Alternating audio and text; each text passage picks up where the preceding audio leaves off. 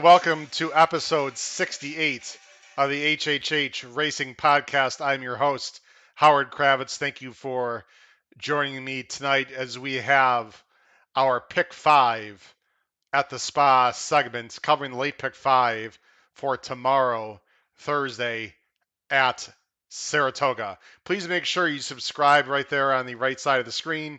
Hit that notification bell. After you do that, you can also follow me on Twitter at hkravitz. You can see the spelling on the name tag. And then also email me with questions, concerns, comments at hkravitzhorse@gmail.com, which is on the scroll at the bottom of the screen. And also please comment down below the video player as well for those of you that are watching this as a replay. If you are watching live, please make sure you chat on the right side of your computer screen, iPad, whatever, so we can have a vibrant conversation today. Like, for example, District 13 in the house today. District, how are you? We had a conversation today a little bit through the channel. You know how my day went. Daryl, thank you very much for joining the show today. We already have a bunch of viewers here on the program tonight. And before we get started, I actually want to give a shout out. I want to give a shout out to Charlie and Frankie Freeman, some new younger horse racing fans I met today. Guys, how you doing? Hope you enjoy watching the show. And one of those guys, at least one of those young men, I'll be taking to the track next week. Some good family friends of mine that I had a chance to meet for the first time today. Got to get those younger teenage fans going, so then we become 18 and older, we can build a whole new generation of horse racing fans. Before we start with the pick 5 for tomorrow at Saratoga on Thursday, I just want to say today's pick 5 at Saratoga Wednesday, the late pick 5. Oof. I'll tell you what. Sometimes you are the windshield. Sometimes you are the bug, and I got my ass handed me today. When you are a horse player and you base a lot of your opinions on pace scenarios, and you have horses that are in completely different spots during the race than you thought they'd be, and you just see more wire jobs on the turf, etc., you're going to have a tough time winning if you're like me and you do your handicapping. You handicap, like I said, on pace scenario a lot, because for me it was rough. Hopefully it was good for you today. My opinions that I gave out yesterday on this channel honestly were not very good. Again, I'm not going to sit here and lie to you folks. Anyone that has a podcast for horse racing that comes on and say they crush it every day is lying. I'm not going to BS to you. I'm going to tell you, I'm going to give it to you straight. But the best thing to do, turn the page and move on to the next day. And that's exactly what we're going to be doing today. So hopefully your day on Wednesday was profitable at Saratoga. I'm going to try my best here to make sure that tomorrow's late pick 5 on Thursday at Saratoga is a profitable one. District 13 did say that I hit the trifecta with my picks in the last race. Yes, I did. So that was good, but it didn't pay much, number one. And number two, the one horse I liked quite a bit at a huge price and did absolutely no running at all. But listen, you win some, you lose some, right? So District 13, I'm mainly a pick 5 player, but if you bet that try vertically in the last race, congratulations. When I say my picks weren't great, I'm talking about more of my, sneaky price plays that I like the 2 horse and the Honorable Miss that did absolutely no running, or the one in the last race, etc. But listen, if you're a vertical player, you probably had a good day with my picks today. I just didn't, the first 2 legs of the pick 5 were absolutely ridiculous today. Daryl said he hit the pick 3 for races 6, 7, and 8. Wow, Daryl. Congratulations. Those were some tough horses to have. I thought was a Pletcher horse in the first leg at 9-1 who did no running first time, although I guess there were some reasons to like him, but I thought the favorite was going to be really tough. Of course, the favorite broke 3 lengths slow. And then one of my price shots I liked a little bit almost won. Anyway, we're not going to review today's races. If you cashed today, congratulations. Let's go ahead and move on to the late pick five for tomorrow, Thursday. Now, as I bring up the past performances, please note tomorrow's weather looks a little bit shaky. There's a chance of rain, chance of thunderstorms. It's set in the afternoon from what I saw. Does the afternoon mean it's going to affect the pick five or not? I'm not sure. We'll have to see. But in case it does, I have turf and dirt picks for tomorrow's races. Now, in this first leg of the pick five, it's a baby race. It's 2-year-old fillies going 5.5 furlongs on the turf for maidens.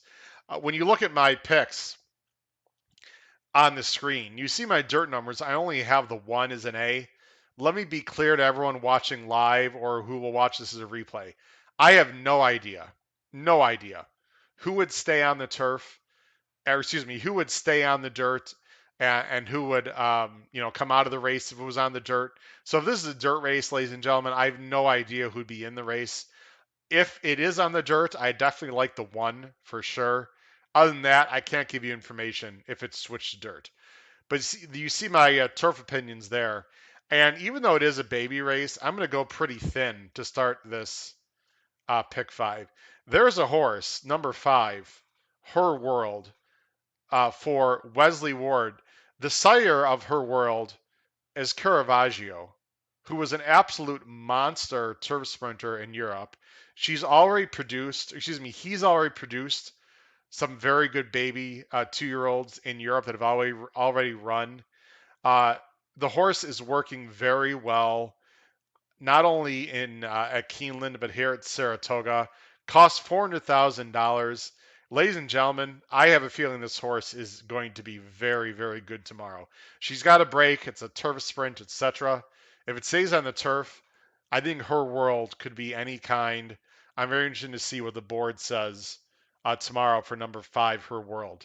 Another horse I'd like to use would be the 10, Consumer Spending, for Chad Brown, Jose Ortiz. This is a horse by More Than Ready out of a Scat Daddy a mare, a dam, excuse me. Very much bred for the turf. The works are a bit concerning. Um, Maybe this horse wants to go longer, hard to say, but it's Chad Brown, Ortiz, Irad, and Klarovich. You'd have to think this horse will take some money and be live. And then I'd use the one as a C. Again, this is if it's on turf. The club ran perfectly fine last time, but was 9-1 in that race. Um, Came back with a 55 buyer. Will probably improve this time. My gut tells me there's some firsters in here that can absolutely run. If it is on dirt, I like the one quite a bit because of the breeding. This horse is by Union Rags out of a Tappet mare. So you would think dirt would be no problem. Has worked on dirt other than the last work. Again, if it's on dirt, who really knows? It's going to be hard to say. Let's get some quick comments here. Again, I really appreciate all the comments coming up. District 13. Try to show all the horses PPs if you don't pick them. I'm able to find those other long shots. So District 13, the only issue with that is that it's going to extend the show out. And if I show every horse, it's going to take a lot longer. So sometimes I scroll through the races district. Sometimes I don't. Out of respect to you, I'll go ahead and scroll through some other horses in here. But traditionally, I do not scroll through every single race just because it takes a lot longer. And I'd have to do that, pretty quickly. But I will go ahead and do that for this race. You have Wesley Ward has another horse. This is for Rosario. It's a Munnings colt. I don't like this horse nearly as much as the other Wesley Ward, but it's interesting to note that Wesley does have 2 in here. You have Daisy B for George Arnold, Empress Tigress for Jonathan Thomas. Again, there's Her World. Solid Tune for Norm Cassie. Ben Bang, Mischievous Kiss for Mott and Alvarado, although bred to go much longer and also been working only on dirt, and Gunboat. So there is another Chad Brown horse and also eligible, the L Train. But just to let you know, the 10 and 11 worked with each other recently, and the 10 did outwork the 11, just to make that point known to you. So again, it's a baby race. We'll just have to see. I hope it's going to be on turf. We'll have to see how that race develops. The next race, race 7. This is on the inner turf. They're going 40,000. $40,000 claimers. They're going a mile on the inner turf. So I go ahead and switch my picks for everyone. I'm going to be more specific with my dirt picks here because I think I have a pretty good idea of what will happen to see if it stays on turf. CJ, I do see you in the comments. I will take care of your question, CJ, in a little bit. Thanks for joining the show. CJ's been on the show before. A terrific fan who's really getting involved into horse racing with his friend Tucker, I believe. CJ, is that right? I remember your betting pal Tucker. Hopefully, you guys have been crushing it. Shout out to Tucker as well, out there in is it South Dakota? I hate to say. I think it's South Dakota. If it's North Dakota, I'll feel really bad. One of the Dakotas, I believe. Anyway, uh, sorry about that, CJ and Tucker. All right. This race, I have got the 1 and the 3. That's not 13, by the way, on the screen. That is the 1 and the 3. Abiding Star. Always been a fan of this horse. Has a lot of early speed. He's an 8-year-old now. However, there's not a ton of early speed in this race. I think Abiding Star could get loose. And the way these guys are riding on the turf right now, you'd have to assume this horse has a great chance to wire the field because today there were 2 wire jobs, one in particular that I just looked impossible to me to wire the field, but it is what it is. And the other horse I'd use would be the 3 Hieroglyphics, a 7-year-old for Dominic Chatino, off the claim from Michael Dubb. Hasn't raced since May, has extremely good back numbers for Saez, nice inside post. These would be my top 2. I'd also use Attentive, a very honest horse who won last time for me, also 2-1. Claim for Diodoro, who is having his usual good meets everywhere. So Attentive for winning move stables looks very live to me in this race. And also I'd use the 9 Troubling Moon. Very consistent sort, dropping down in for 40 for George Arnold, and Jose Lascano is a closer, so he's going to need a little bit of pace help. But I would believe this horse will be live if it's on turf. Now it's on dirt. And Daryl asks a very good question. And if anyone knows for 100% sure, let me know the answer. But I'm 99% sure. Let me show Daryl's question. Daryl's question is, if it's off the inner turf, do they go to the dirt mile? No, I'm pretty sure it's 7 furlongs, Daryl. I'm 99% positive if this race goes to turf, or excuse me, if this race goes to dirt, I believe it's going to be 7 furlongs, Daryl. Races are scheduled for a mile and 16th and longer. Go to a mile and 1/8 on the dirt. I feel pretty confident in saying that. You're going to have to watch the races tomorrow and see what it says. If this race does go to dirt, I would have 2 A's. Again, this is if it switched to dirt. And I would like one of the main track only horses, the 6, Create Again. Very fast early. Been racing it at Gulfstream for Peter Walder. Comes here. I think the 6, Create Again, would be very tough to beat if it's a dirt race.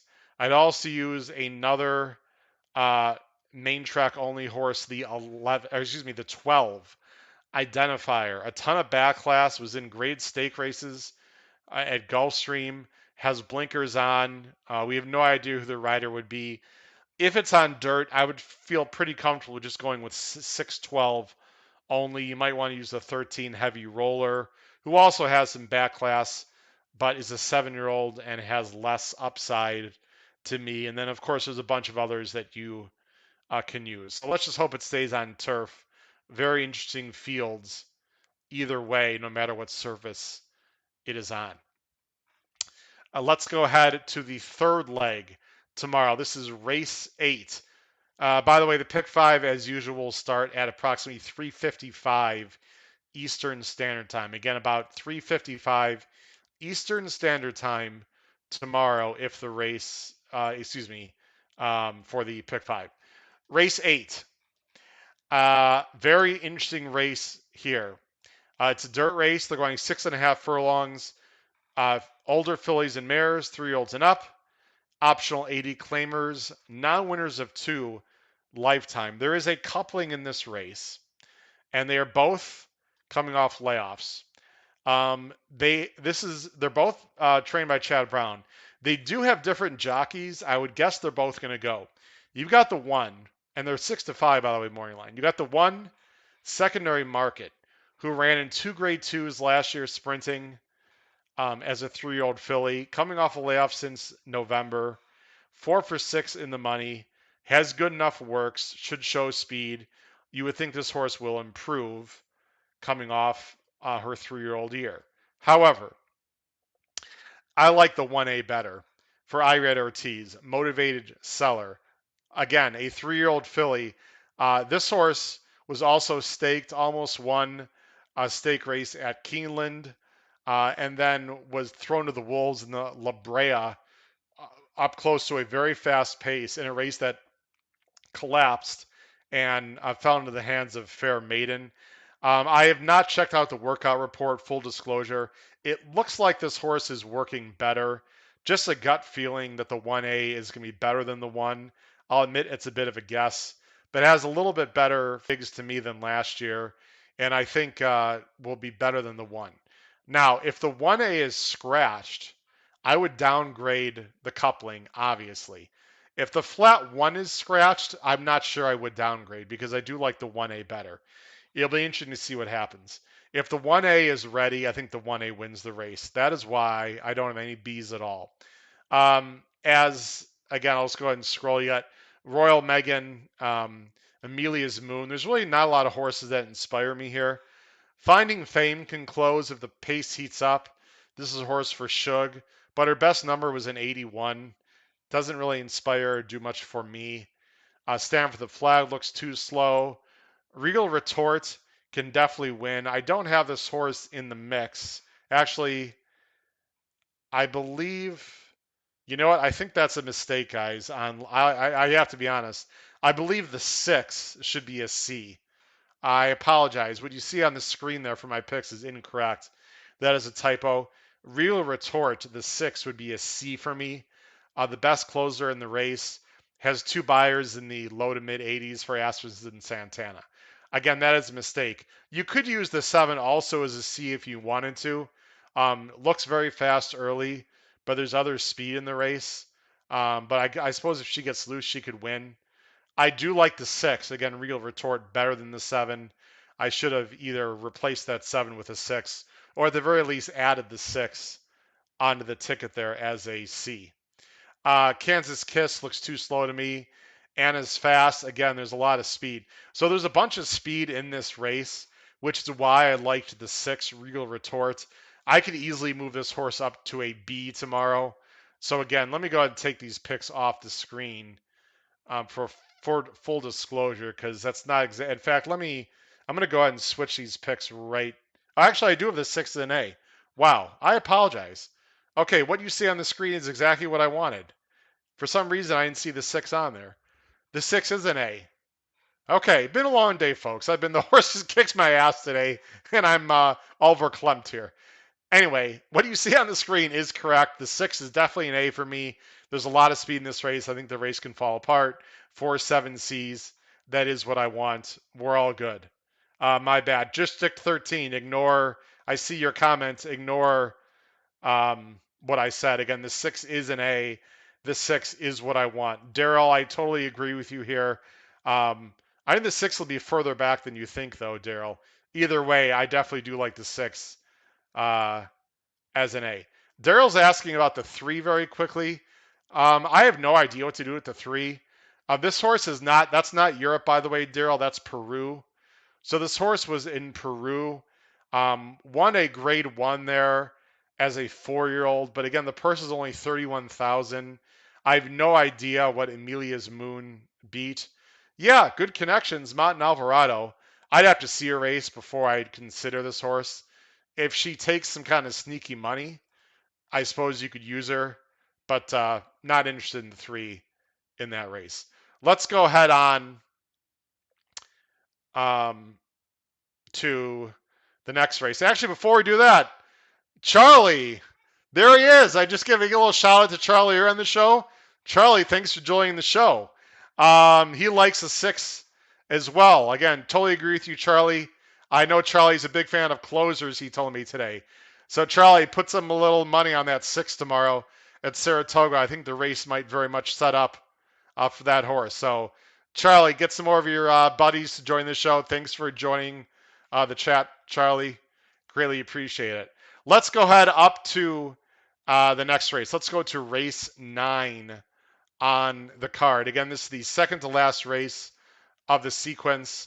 And this is a stake race. I love these New York breds when they throw it down. We got New York breds. I'm going to go ahead and switch the screen so I get my picks up on the screen. There we go. We got New York breds going 6.5 furlongs on the dirt. It's the Jim Morrissey $100,000 purse. You have some salty New York breds in this race. There's a horse that I like quite a bit here. Charlie, I hope you're listening because this horse, I don't we won't probably won't be a deep closer, but will come a bit off the pace. My boy Tate uh, is a very nice horse, close to 600,000. Is coming a bit off a layoff though. This is a 7-year-old coming off a layoff. However, he's very honest. He's gonna have some pace to run into. I like Manny Franco quite a bit. If he gets the right setup, I think he's got a big shot in this race. And the reason is there's a decent amount of speed in here. You have Wow Brown from the inside, should show some speed. Captain Bombastic, not a big fan of in this race. You also have Our Last Buck. You see, I have a lot of B's in this race. Our Last Buck was in raging form in December and January. I suppose they just rested up this horse for this spot at Saratoga. So there's no reason why the 4 can't win. I do prefer the 3 a little bit more because the 3 has a little bit more recency. By the way, the 3 is also 4 for 4 at Saratoga in the money. But the 4 can absolutely win this race. Going to come a little bit off the pace. What do you think now for Rudy? Very good form. Has a lot of speed. Could easily win. He's a B. I also have Foolish Ghost. More speed. 128 early time form for Ray Handel. Very fast horse. Could wire the field if things break his way. And then Gemography. A little bit of a price, but also in very good form, coming just off the pace. This is a very difficult race, in my opinion. You're going to have to spread in this race.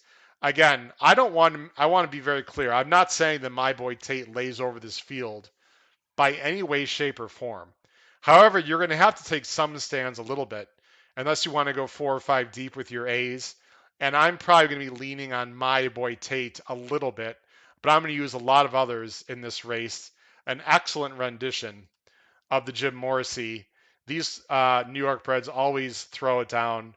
It's always a great race.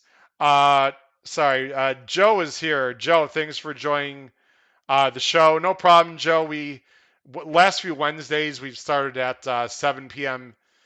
Eastern. I'm not sure if that's going to continue, but since Joe mentioned, we are on tomorrow at our regularly scheduled time, 8 p.m. Eastern. That is our regularly scheduled Thursday time. It's going to be our featured live stream show for about an hour, talking about the late pick 5 Saturday at Saratoga with 2 viewer guests going to be on the show. Daryl said we've seen Santana and Asmussen go wire to wire. He's saying on the 2 horse, let me go to the 2. For Captain Bombastic, I see no chance that the 2 is going to have the lead at all. With all due respect, you see the early time form there is in 83, Daryl. There are a lot of other horses that have much faster early time form ratings. I don't like the 2 at all. Respect your opinion. I don't think the 2 is going to be anywhere near the lead, but we'll have to see. Let's go on to the last race of the pick 5 sequence. You see I have turf and dirt numbers for the last race of the sequence. This is a scheduled turf race, mile and 16th for fillies 3-year-olds and up. $40,000 maiden claimers. As usual, a very difficult race. 3 horses I'd use as A's. The 1, Some Kinda Pretty, only has 2 races on turf, 3 lifetime starts for a stall and Rosario. Should get a decent trip from the inside. Has been working very well and dropping down from main specials and main 75, an angle I always like quite a bit in these condition claiming races. Uh, I'd also use the 8 and the 9 both as A's. Again, both on the screen there. The 8 is Gabby Squared, Chad Brown. Only one race at this level, was the favorite in that race. Could not quite close well enough into it. Gets IRAD. Again, is a nice mid pace closing type. The way again they're running this turf, however, you might want to find some speed. So I found some speed. Maybe at a price tomorrow. The 9, Salino for Irad's brother Jose. This is for Ken McPeak, dropping down from main special weight. McPeak does not have great numbers dropping down in turf races, but I'm assuming Jose's going to send. And if Jose can find a way to get to the lead, and on paper, she should have the lead.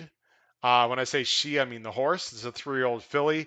I think Salino at a price is a bit interesting tomorrow, assuming it stays on the turf. I'd use Bonkers as a B, another drop down for Maker and Franco. I might even like the 10 a little bit more than the 8, even though the morning line price on the 8 is lower. I consider the 8 and the 10 pretty similar to me. And I'd also use the 4, Wicked Happy, as a B. But Wicked Happy is 0 for 16 and has lost many times at this level. I'm not a fan of either one of those things. But it's Alvarado.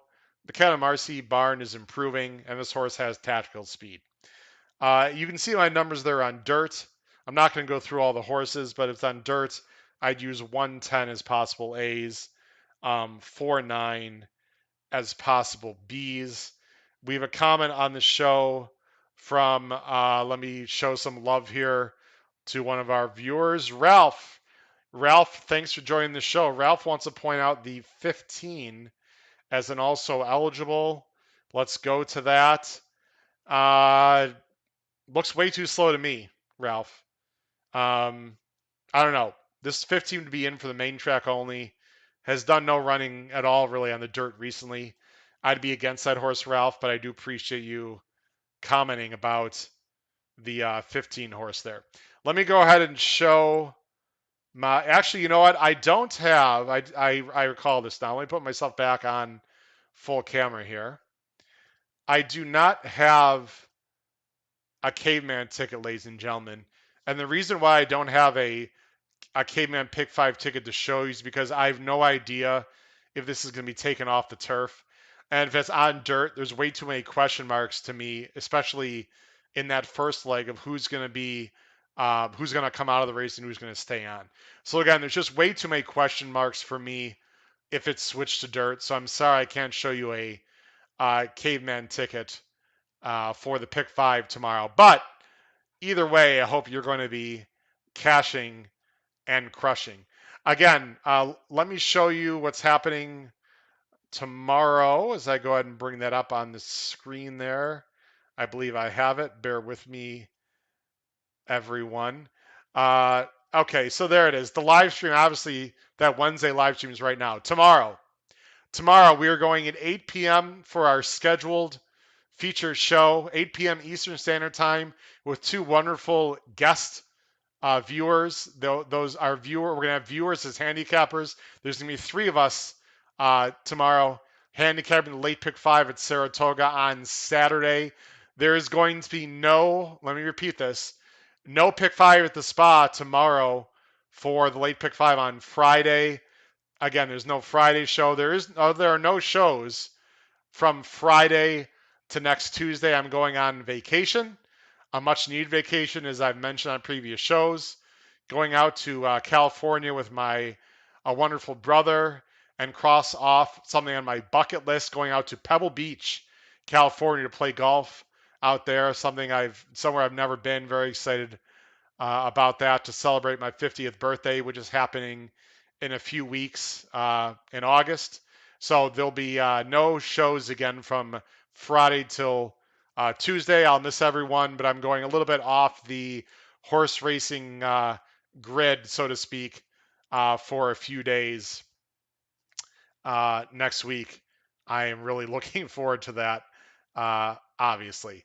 Ladies and gentlemen, we had great participation, especially from my young friend I met today, Charlie. Charlie, again, thanks for joining the show, and his brother Frankie as well. Everyone, I will see you tomorrow night. It's going to be a great show.